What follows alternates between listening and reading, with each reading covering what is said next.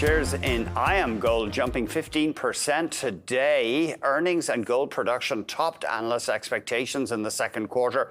Let's get more on this and other market movers. We're joined by Bloomberg's Stephanie Hughes. Stephanie, thanks very much for giving us the time on a Friday afternoon. IamGold, what's going on there, please? Hey, Andy. Well, happy Friday. So IamGold, those shares are up as much as 17% today, and that was the biggest intraday gain since December 2022, so it's been a while. And it was firmly on top of the top TSX performers for most of the trading day.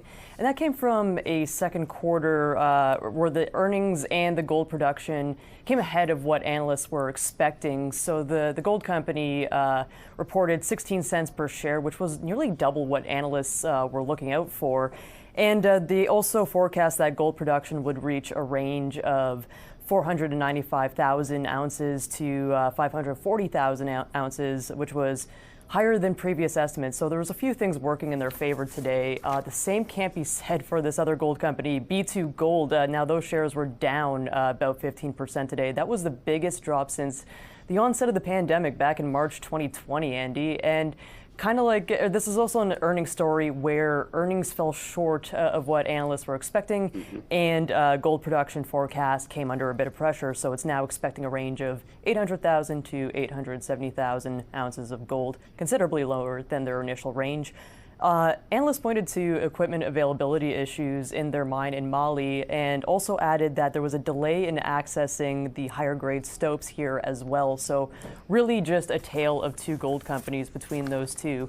Finally, I'm looking at Canaccord Genuity. Now those shares are down as much as 14% today, biggest drop since May 2023, and that came after the earnings after the bell last night of 13 cents per share.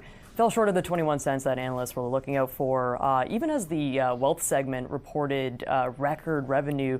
And the miss was mostly from higher expenses from these growth initiatives like hiring advisors and investing in technology, as well as compliance costs that really weighed on the earnings there. Management also added that higher client interest expenses and technology price inflation was putting pressure on results there as well. I did have a chance to talk to CEO Dan Davio, and he said that he only expects about half of these, or he expects more than half these costs to not repeat, and that the team is looking for more growth initiatives in Australia and UK. So bit of it's a quarter where there's a lot going on, but unfortunately for Canaccord, traders didn't seem very impressed, and you can see that in the share price there today, Andy.